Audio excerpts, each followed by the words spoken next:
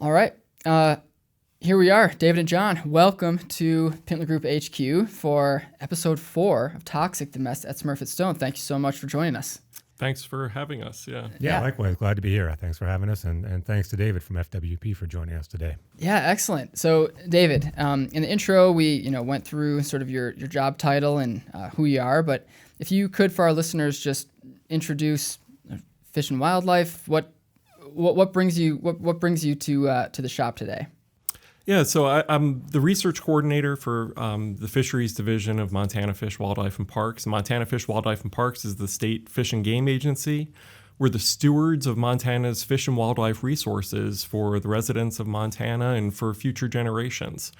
So it's our role to ensure that fish are healthy. We have vibrant fisheries, that people can use. And our native species are conserved. We care for we steward the resources of Montana. And as my role as research coordinator, I work on a variety of projects around the state. Some of those are Superfund sites. And depending on the project, I've worked on study plans or the development of research projects to understand the effects that those Superfund sites might have on fisheries or aquatic organisms. And in the case of Smurfit Stone Container, got involved with it in around 2012, I would say, because we had concern about decisions that were being made at the time about the health of the river. And specifically, we were concerned at the time that there were data being used that wasn't appropriate. So what was happening around that time is people were using data that we had on fish in the river that was developed for consumption advisories or just some routine screening, but it didn't really reflect the operation of the mill and the contaminants that would be present from effluent from a pulp and paper, mill or that industry in general. Also, the data that were being used were pretty old at the time and didn't reflect the current composition of fish in the river and what anglers targeted.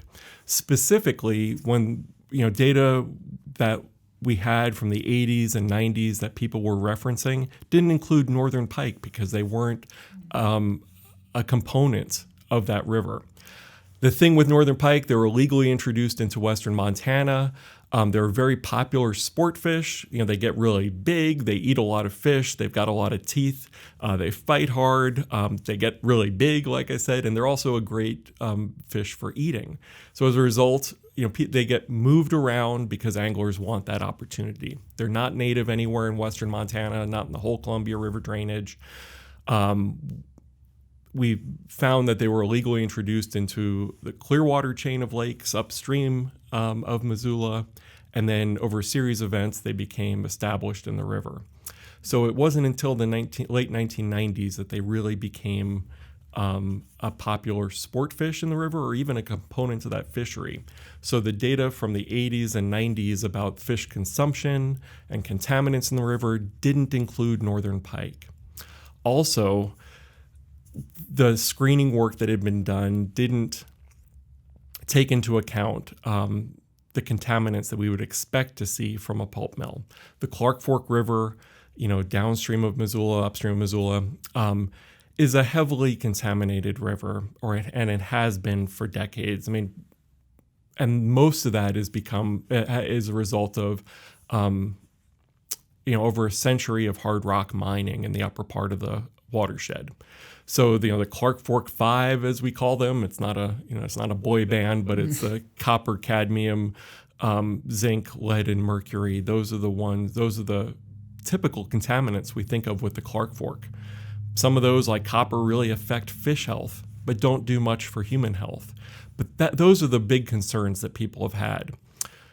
But the pulping and paper industry has a whole different suite of contaminants that people have known about for decades. Really became obvious in this country in the 80s and the 90s that not just from the bleaching process, but just from the operations of pulp mills in this country and also in Europe, that we're seeing a lot of effects on fish health, the environment, and as it relates to human health. Yeah.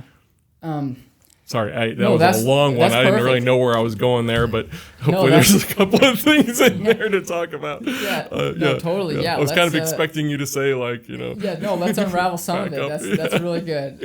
And we're here obviously today to talk about this fish advisory that was issued. And we talked a little bit in episodes 1 through 3 about fish consumption in this stretch of the Clark Fork River.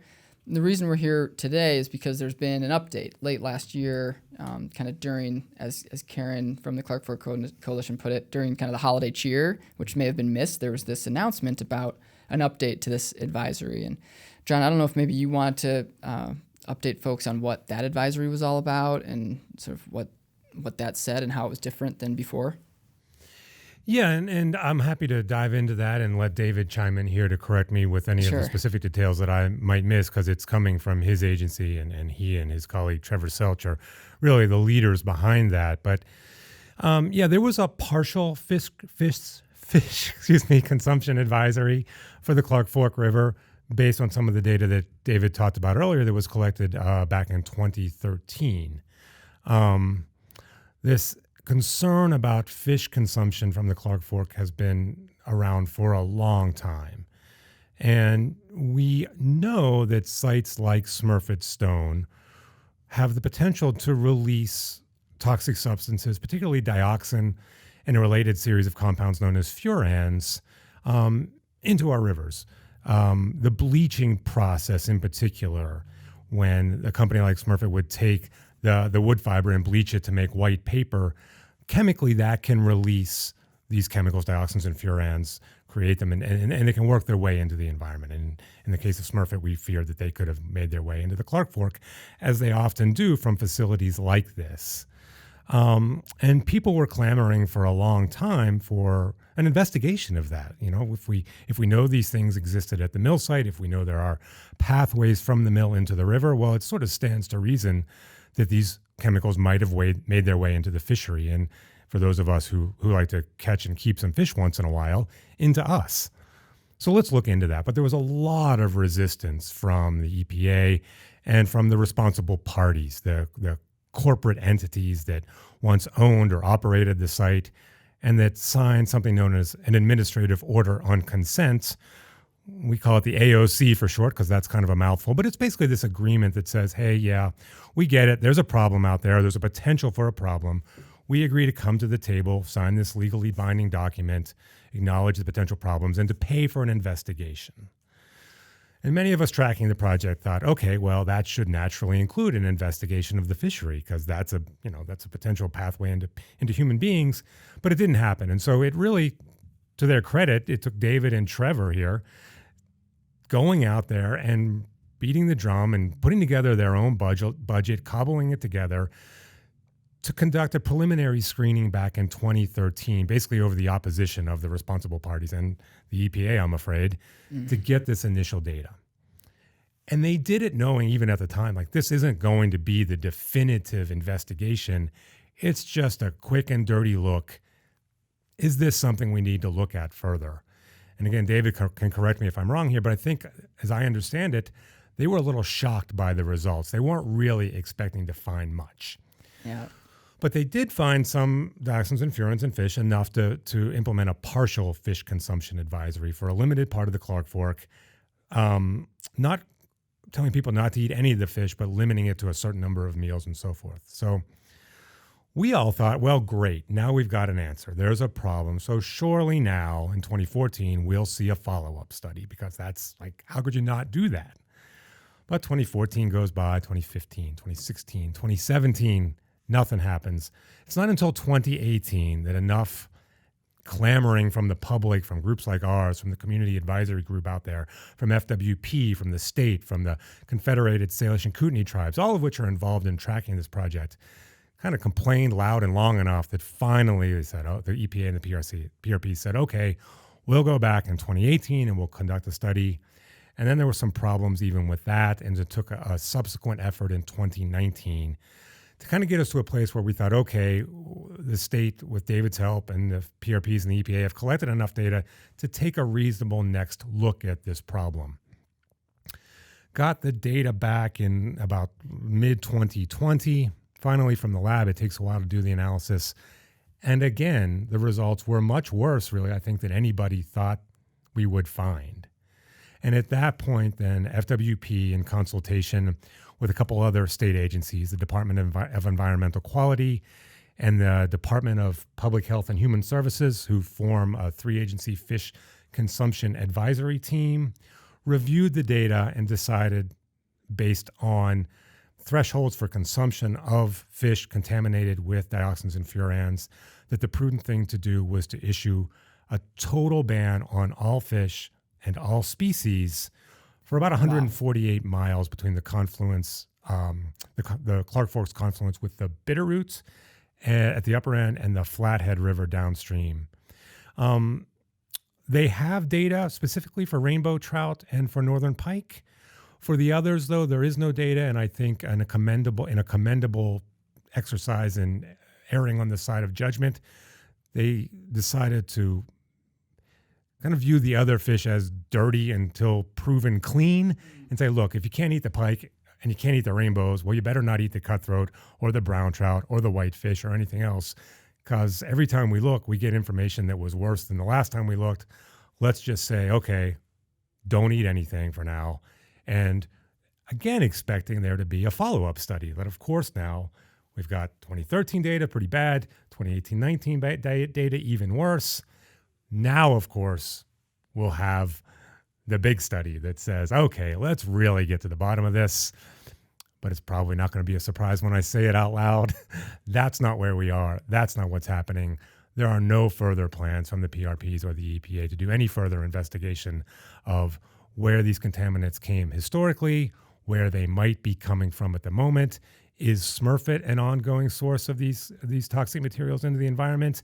And how far downstream does the contamination extend? What FWP found was that the highest concentrations of dioxins and furans in fish were in the vicinity of this former Smurfit site, and particularly downstream at its most downstream monitoring site at St. Regis. That's as far as the study went.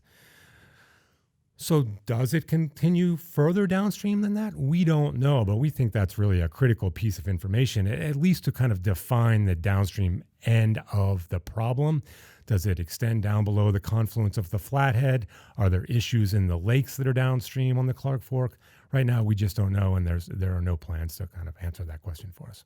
Yeah, that is truly scary stuff when you think about the concentration being higher in that stretch of river right around the Smurfit Stone site. Well, yeah, actually, the concentrations are increase as you go downstream from the stone container site, which makes sense given that these the releases occurred over decades from the mill, and water goes downstream, and even though these contaminants that we're talking about, dioxins, furans, coplanar PCBs, they're hydrophobic. They don't really get bound up in the water itself, but they do get carried along with organisms, detritus, fish. Mm-hmm. So, the downstream, as you look downstream, especially owing to the fact that the mill hasn't been operated in over a decade now, and we expect to see those contaminants downstream, and we did. Yeah. You might hear people say, and maybe you do, maybe this is just me wondering this out loud, but, oh, well, the mill's been closed for so long. That's tragic that this happened many years ago, that they were dumping toxic chemicals into the river, but it's closed now, so we don't have anything to worry about.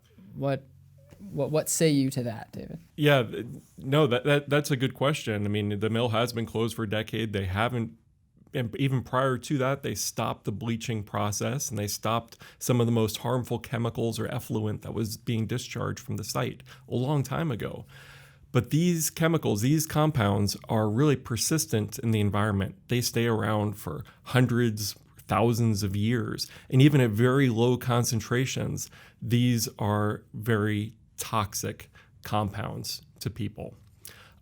So it's not, yes, things are cleaner now than they were probably, from dilution, from sediment transport, from the transport of material downstream, but you can't really get rid of these. They stay in the environment. They just kind of move through the trophic levels, just through the food chain, but they don't go anywhere. And we went out there last spring, and it certainly doesn't seem like the mess is cleaned up by any means. There's these pools, and they had sort of this weird smell, and without taking samples of this water, you could just tell something was off here. And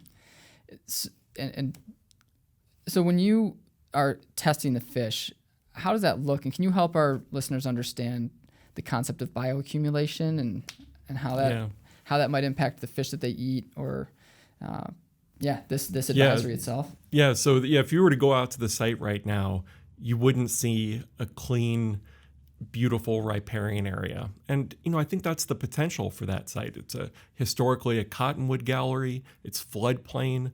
But what you'd see out there are these berms or small dams, these big areas that are seasonally inundated from rainwater or groundwater. So as the river rises, the ponds, fill up with water. You'll see big landfill or dumps, and you'll see them covered with noxious weeds. It's far from what you would think of as a clean site. It still has a smell out there. I'm not totally sure what the smell is. I've heard I know what it is. My first job with Fish, Wildlife, and Parks in 1995, I was the creel clerk and for the Clark Fork. And I would fly over the river several times a week. And when I come by the mill, the smell was so strong, it would get me physically nauseous. All pulp mills share that smell, or paper mills share that smell, and that's one of the reasons why they're not a great neighbor. And in Missoula in the 90s, Missoula smelled like that. And I'll get back to that when we talk about aerial deposition, but I'm getting a little far afield now. But yeah, if you were to look at the site, it doesn't look like a clean, beautiful riparian area. In terms of fish and how these toxins accumulate in fish, it varies by the fish age and what they eat. So younger fish just don't have the amount of time to accumulate toxins from their food. Okay. And then fish like northern pike, they eat other fish. So what they're doing is eating like the whole food history of the fish that they eat. And we call that bioaccumulation. So if you start off with the water, which I said these compounds are hydrophobic. So if you just do water samples, you're probably not going to detect these. You might detect heavy metals or things like that, but you're not going to detect dioxins, furans, and PCBs. If you go to another level of sampling and you sample the benthic invertebrates, the insects that live on the bottom of the streams, they will accumulate stuff that's in the water and stuff that's break down or other organic matter and eat that, and they'll accumulate what was in there. So they're a little better. And then you go up another stage and you might have fish that just eat insects.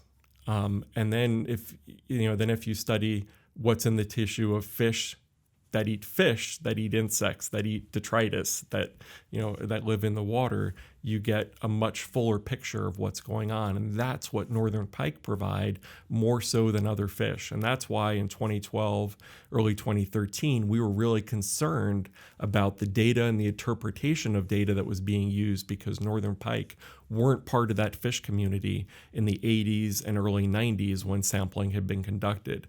Also, the compounds like dioxins, furans, coplanar PCBs were never sampled for here. And those are the ones that we associate with pulping and paper mills across the country. So like John said, in 2013, Trevor Selch, the pollution biologist, and I, we were really concerned that there were going to be decisions that were made about this site, the contamination and the river, and that could lead to kind of inappropriate levels of cleanup that wasn't based on data that was reflective of how the mill was being operated and wasn't reflective of the fish community. We contacted EPA, DEQ, and others about these concerns, but it didn't seem like there was going to be any sampling. And we calculated how much money we each had in our budgets. And this is kind of toward the end of the fiscal year. We didn't have very much, but based on zeroing out our budgets, we collected enough samples to do what we called a preliminary investigation, thinking it was just, let's get some data and see what it leads to. We didn't know if we were going to find anything, especially because of how hard it is to detect these compounds. They occur in such small levels, but those small levels can be really toxic and really important. We did a very conservative study. We just, sampled one area that was relatively close to the mill. It was just a few miles downstream of the mill, primarily. Like I said, further downstream, we would actually expect to see maybe more, but there's other sources of and confounding variables the further you get from the mill. So we just wanted to sample one place that was close to the mill, thinking that might be, that would reflect, the mill as the source. And we just collected northern pike and rainbow trout. And the way we processed them was just using fillets, as anglers do. That's very conservative because for other fish consumption indices and other ecological indices, you either use the whole fish, like a bald eagle or an osprey might eat, or a fish with skin on that an angler may, prepare it that way. But we just went with just the tissue, just the fillet, and we actually restricted the size of the rainbow trout in that first study to what was to the sizes that were in the regulations at that year. So they had to be less than, I believe, 15 inches or 14 inches. So that's also a relatively young fish, and rainbow trout in general are relatively young. Let's say they're less than 6 years old, typically most less than 5 years old. So we didn't really know what we were gonna find, and we thought it was going to be conservative, but just have some data, and that's all we could afford. And like John said, we were really surprised that we detected these compounds in almost every single sample we had, and it led to a consumption advisory on those fish to limit the number of meals per month. Yeah. Knowing that the fish move around. It's not like we could just put a point on a map, even though our sample section was only a mile or so long, a couple of miles downstream of the mill. We couldn't just put that point on the map. We had to think about where these fish came from, where they would be over the course of their lives, and ultimately we settled on a large section of river from the mouth of the Bitterroot to the mouth of the Flathead. It's a huge area, and and later sampling in 2018 reinforced that. And it really saddens me, as a biologist for the state. Our mission is to provide stewardship of these resources for people to use for now and into the future. And this is now a resource that really can't be fully used by people because we're telling people they can't eat them. Yeah, one of the language of the advisory, high levels of contaminants in the fish tissue, just sounds, so alarming. It's not the kind of thing you think of as a Montanan. Right. Like we live in this place, we pride ourselves in our, our clean, pristine streams, our beautiful snow-capped mountains. You think this is the place you come to hunt and fish, and you find out the Clark Fork River, we can't eat the fish. They're not safe for human consumption. Right. It is sort of a jaw dropper for a lot of people. To hear that and to realize that that's the reality we now face. And so that's why I think it's just so critically important that we get to the bottom of where did this stuff come from? Is it still entering the stream? We're never going to turn this around if we can't turn off the spigot where it might be coming from, and where, if anywhere, can we, engage in some active cleanup and restoration to try to eliminate those sites. And there are multiple potential sites of some of these contaminants in the watershed, but Smurfit is clearly one of them, and almost certainly the largest in terms of the potential to have generated and to continue to generate those contaminants. And so that's why we think it's just so absolutely critical to do a thorough and comprehensive, timely investigation of the role Smurfit plays in contributing these toxic materials to the environment, to the fishery, and ultimately to us, if not for the consumption advisory that we have David and Trevor to thank for. You mentioned, John, your people's jaws are on the ground, and I certainly feel that. And you also mentioned, okay, now that this study has come out, this advisory is issued, now, of course, now things will happen, and now the EPA will sort of jump to their feet. But can you help our listeners understand the Venn diagram that exists between FWP, Clark Fork Coalition, and the EPA, and perhaps why there isn't a third person here today talking or a fourth person here today talking from the EPA? And can you help take that visualization? Like, where's their crossover? Where's their friction? What's going on here? Why isn't that happening? Yeah, sure. I can try to walk through that. It is a little bit of a complicated Venn diagram. Maybe you can answer it together. Together. But so the EPA is the lead agency in this investigation. And as I mentioned, there are a number of companies that through Superfund law are on the hook out there as potentially responsible parties, or the PRPs we call them. And they signed an agreement called an administrative order on consent that says, okay, we're faced with Superfund listing of this site. That won't be necessary. We get it. There's a problem. We are going to work with EPA to investigate it, and if necessary, as necessary, to clean it. So EPA is the lead agency running that investigation. And it's in a stage right now called the remedial investigation, which is kind of this background investigation. What's the story out there? What's going on?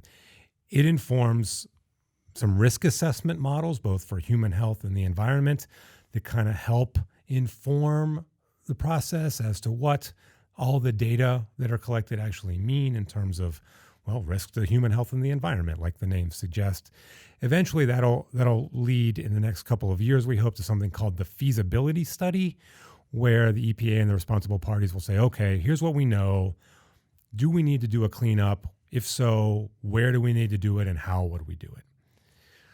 So that's the EPA's role. The Department of Environmental Quality is a partner agency and help lead that. They're the kind of second in command, if you will, after the EPA. So they are all working together on this study. And then related to that then are what are known as the trustees.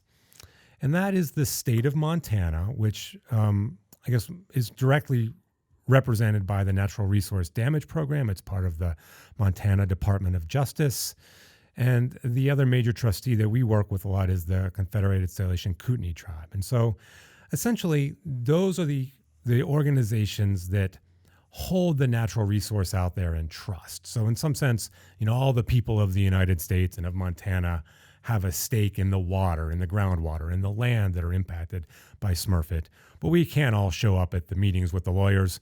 And so the Natural Resource Damage Program has people who do that, and they advocate on behalf of the state and the people of Montana for that resource. Representatives from the Salish Kootenai Tribe do the same. It's part of their, the land and waters that they have treaty rights for. They have fishing rights to the Clark Fork. They're very interested in this fish consumption advisory because right now it's essentially denying them those historic fishing rights to the river. And so they're at the table as the trustee. And then David can correct me if I'm wrong here, but there are a number of other state organizations, especially FWP, who are assisting the Natural Resource Damage Program from the state side of things because they bring the fisheries expertise, the wildlife expertise to the table to help their colleagues at the Natural Resource Damage Program. So at a kind of agency level, there's that going on. And then there's also the Community Advisory Group, which is a bunch of citizens, agency folks like David, and NGO folks like me who come together once a month. It's the first Thursday of every month. We just had one last night to meet and talk about the site. The EPA often comes to those meetings, as does the DEQ. We have presentations and conversations about the site. It's a chance for everybody to ask questions, to get updates. And you asked about where all this comes together. It's mostly at those Community Advisory Group or CAG meetings where that happens. And I think that it's a pretty effective group, really. EPA and comes very regularly. They're pretty open. They ask a lot of questions. They give a lot of good presentations. We're actually very happy about that process. Part of the process, the communication, I think, is really, really good. And the work that the CAG and other groups like mine and FWP have done to ask and clamor for more collaboration and more participation from the EPA has worked. They're doing a nice job on the communication. We have bigger concerns about what it is they are communicating, the studies that inform that communication, the pace that it's happening. But we're getting pretty good responsiveness and cooperation from the EPA at those CAG meetings, and that I would say is where it really does come together, where there's sort of this community of people, if you will, getting together at least on a monthly basis, once a month, to talk about it.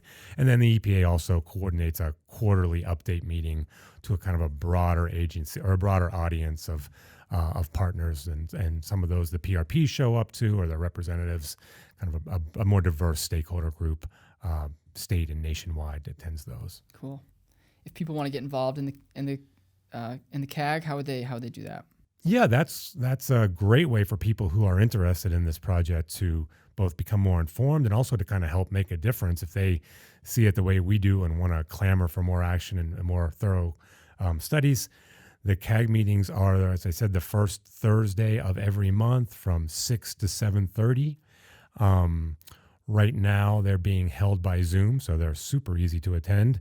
When we go back, hopefully soon, to a post-COVID existence, whatever that looks like, we'll start having them again in person, and they're held in Frenchtown at the Frenchtown Volunteer Fire Department. You can find out more about that by just Googling Frenchtown Community Advisory Group, or you can go to the Clark Fork Coalition's website, or shoot me an email at john@clarkfork.com, and I'd be happy to point you in the right direction. But we'd love greater participation from your listeners. Cool. Yeah, maybe we can include those links too in our description today. Yeah. What haven't I asked about? Good question. Yeah, a couple of things. Let me try to remember here. One of them is one thing I want to talk about. So if I forget here, remind me, is why we haven't done much sampling, and that kind of relates to that Venn diagram of like how all those pieces fit together. But then there was something else that I thought of. Going back to the fish consumption advisory, and one of the reasons that it was kind of a punch in the gut to some degree, that finding out that we have to issue a fish consumption advisory on this huge stretch of river, because over the last couple of decades, so many organizations and agencies, groups like the Clark Fork Coalition have worked so hard on cleaning up the Clark Fork River, and there have been so many positive gains.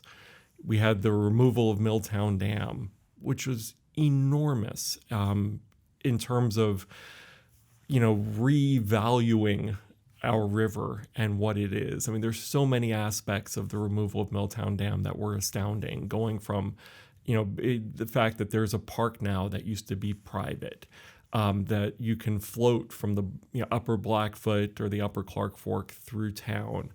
People gravitated to it. People responded. We got rid of millions of cubic yards of sediments that were laden with toxic materials, heavy metals primarily. There's more work going on in the upper Clark Fork to restore habitat and remove more and more cubic yards of sediments from the river. We're seeing fish populations respond favorably. I mean, all these good things. I mean, the awareness of the river, then the appreciation of the river has increased in decades so dramatically. In recent history, like the last 150 or so years, these are the good old days for the Clark Fork. I mean, there's never been a better time in recent history than they are right now. It's fishing great. People care about it. People love it. It's a part of our identity as Missoulians. Instead of businesses that built their backs to the river because it was essentially a waste transport system, now that's prized real estate. We have parks developed, access is developed, tons of things. I mean, if you come to Missoula in the summertime, people are literally crawling over themselves to get in or out of the river. Everything is focused on it. And it's because of groups like the Clark Fork Coalition that have helped with that and done so much. So, we have all this positivity and a lot of optimism on something, the Clark Fork for decades just seemed like there's so many problems with it. Can anything ever be done? Whether it's, the issues with Milltown Dam, the Upper Clark Fork, the acute fish kills we had for decades, the Bonner Mill, which went in before Milltown Dam, and the cleanup that went on there, to municipal waste was a big issue for a long time, and that's been cleaned up. Whether it's Missoula's state-of-the-art water treatment facility now, and they've got great programs diverting waste to a poplar farm and stuff like that, to communities upstream in the Clark Fork, really treating the river much differently. I mean, there's just so much positivity and so much to be optimistic about, and it really seemed like the kind of place that went from the largest Superfund site in the world, from the headwaters of the Clark Fork down to Missoula here, to something that was really promising. In the mid to late 1900s, it's crazy to think of that as like back in the 1900s, 1990 or 85 or something like that. People didn't fish. Well, not in the 90s, but in 60s and 70s, people didn't fish the Clark Fork. It wasn't, there weren't fish in many reaches, or it ran red, from contaminants and waste and stuff. And now it's a destination, and people, don't even realize. A lot of people don't even realize Milltown Dam was ever there. Right. So we've had this, tremendous, a tremendous refound appreciation for the river. And then to have something like this, I think is a big setback. But it's also, I think it's important for people to recognize how these legacy impacts of these industries can affect fish. And if you float a section of the Clark Fork now, especially, downstream of the mill or upstream of the mill, where you don't see the big berm, if you float that section, you'll know the mill's there because the whole north side of the river is just, a berm. Yeah, it looks crazy. Like you wouldn't expect that sort of development on a river in Montana. But if you float through one of those sections, go through the beautiful large riparian areas and cottonwood galleries, catch some fish, you'd think everything was fine.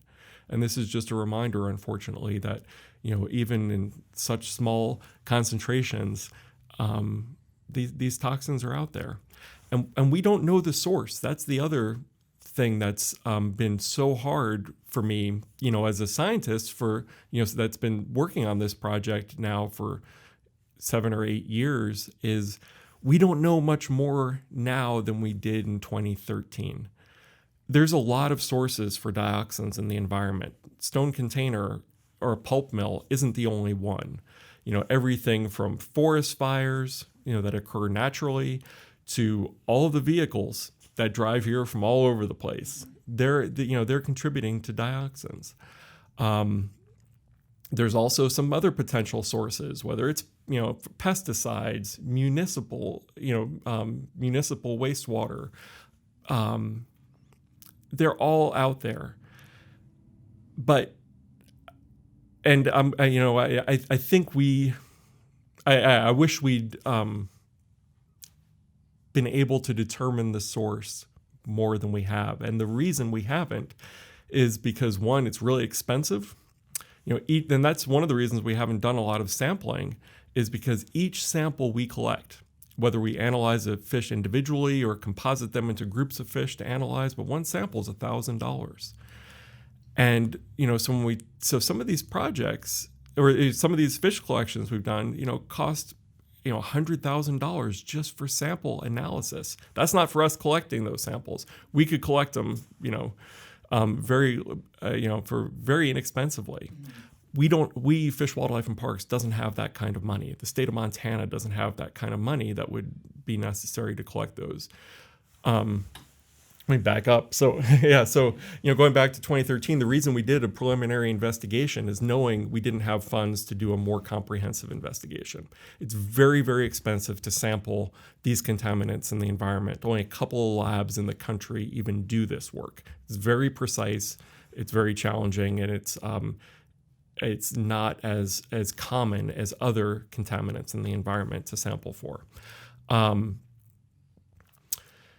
There's a lot of sources of these contaminants in the environment, and because of that, and because of the challenges with how fish move, their life histories, where they spend parts of their lives, and identifying different sources or accounting for those, we could be talking about a comprehensive evaluation of this could be millions of dollars, right? And that might not be the best use of time and money.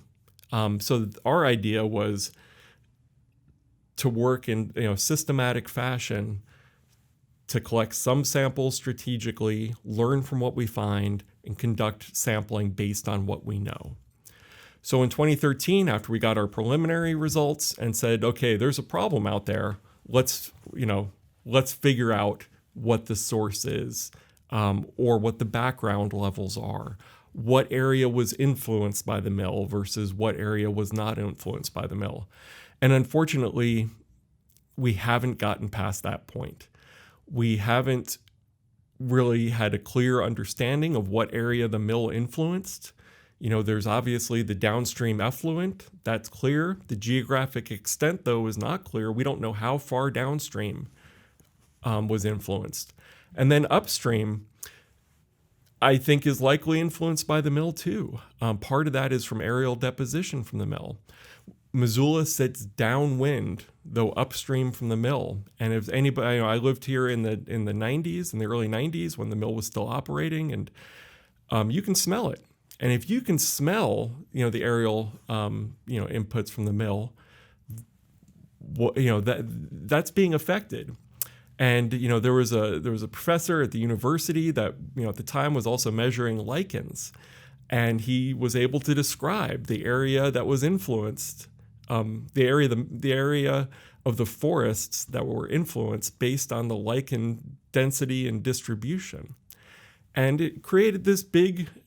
This doesn't trans well to podcasts, but it created this big circle around Missoula that was an area that was influenced by the mill's operations for decades. So, and like I said, if anybody lived in Missoula in the 70s, 80s, 90s, you knew you were being affected. You'd have ash on your car from the mill. You could smell it. It was a different smell than even the teepee burners, stuff burning wood waste through the wood mills in Missoula and the surrounding area.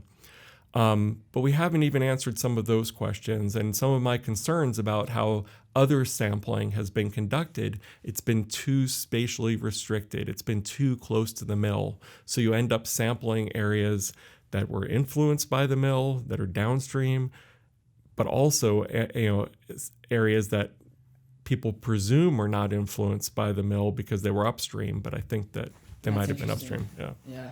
So there's a lot to unpack in that whole thing. That's anybody that lives in Missoula during forest fire season understands that that things settle in this valley in a real way. If I could, following up on David's points about what's going on upstream of Missoula and the successes we've seen up there, he's absolutely right. We've made tremendous progress from Butte and the remediation and restoration going on there to the cleanup of the upper Clark Fork through the Deer Lodge Valley down to Milltown, the removal of the dam, the removal of all the waste that were behind the dam, the new confluence restored between the Blackfoot and the Clark Fork rivers, a recreation renaissance in downtown Missoula. If you talk to people even in their 40s who grew up in Missoula, the idea of tubing the Clark Fork River back when they were kids, it just was unthinkable. Oh, wow. And now, there's a group called the Three Rivers Collaborative that's formed, and David and I both have participated in that to really deal with managing the recreation economy and the boom we've seen, and how do we move people in and out of the river, and how do we provide enough access. And there's a city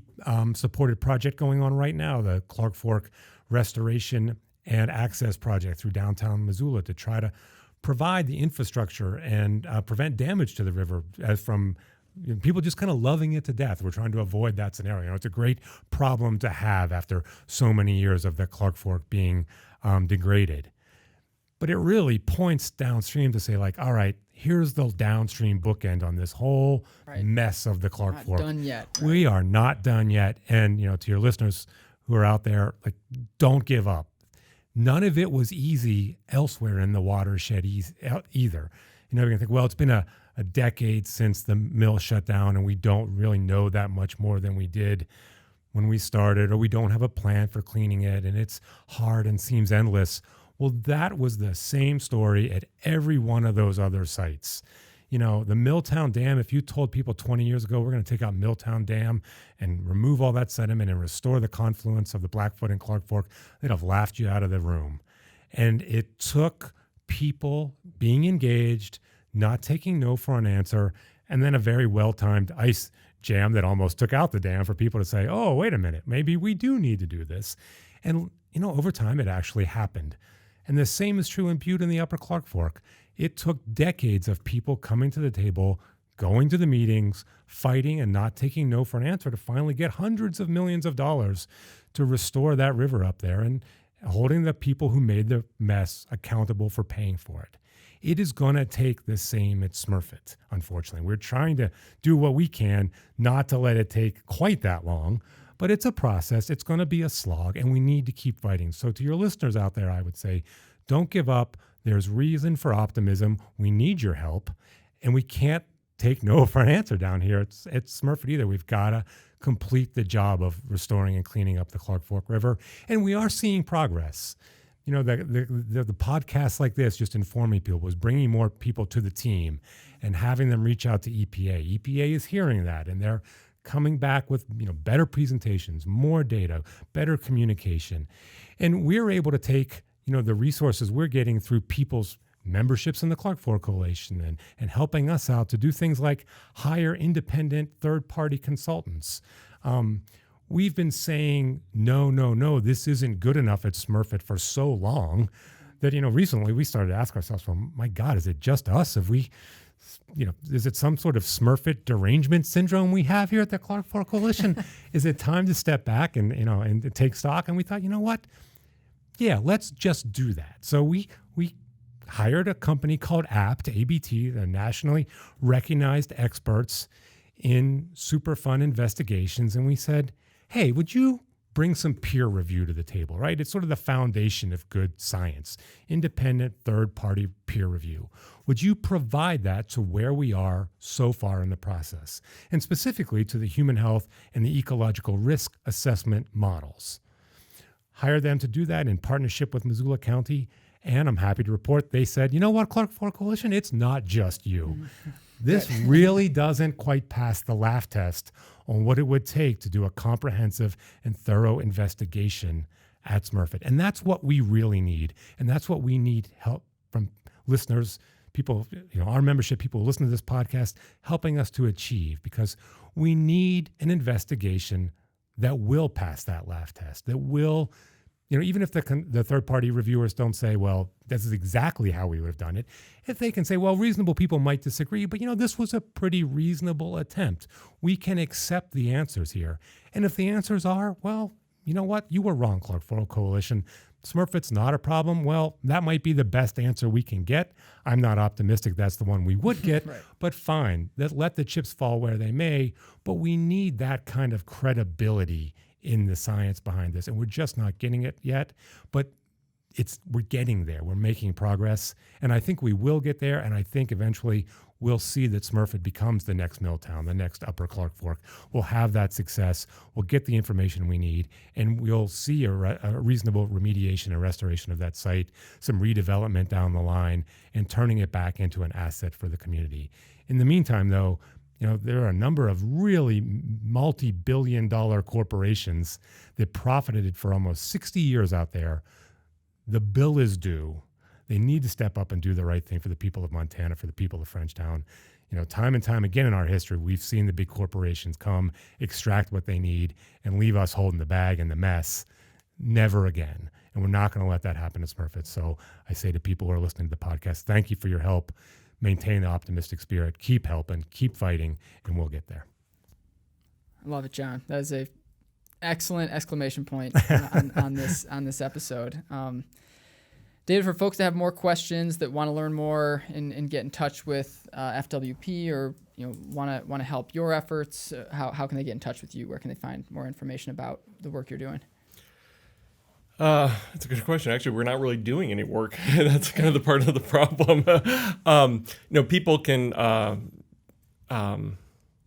People can always find out information on the Clark Fork or any other water body in Montana by going to Google FishMT, and that's our publicly accessible. It's our web app for all of our fisheries information. You can find up to date fish consumption advisories on any water body. You can find all of our data is public, and we share it, and you can go there first and contact me. Cool. FishMT. We'll put your contact info in the description, and that's excellent.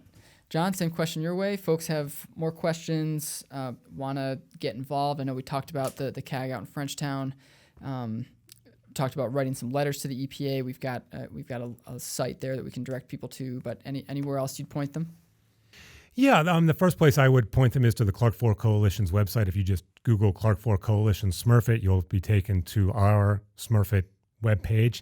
Lots of good information on there. You can find a lot of the major project documents or links to them, to comments we have submitted, to the third-party review I mentioned. That report is on there, to newspaper and news articles and stories about Smurfits, and a fact sheet on just kind of the basics. It's just a good place, I think, to start, if I do say so myself as the Clark Fork Coalition. Nice. But Yes. It's definitely a priority for us, so we maintain that in a very up-to-date fashion. And then the other place is the Community Advisory Group maintains a website. There's lots of good information on there as well. And then the EPA has a website about the site. All of the major project documents are on there. You can find out just about anything you want to know. Big studies down to, like right now they're doing berm inspections out there. There's a 4-mile berm that protects the site from the Clark Fork River. Some concerns about the impacts of high water on that. So depending on the flows in the Clark Fork, EPA is out there on a monthly, weekly, or even daily basis checking that out. They post those reports there in the spring if people are concerned about what high water might be doing out there. It's a great place to look to. Excellent. Gentlemen, thank you so much for your time. This has been really informative. Excellent info for folks to continue to research and mostly be aware of, and dig in, and don't eat the fish for now, but get involved in this cleanup effort. So thank you very much. Yeah, thank you, Kyle. It's been our pleasure. Thank you. Yeah.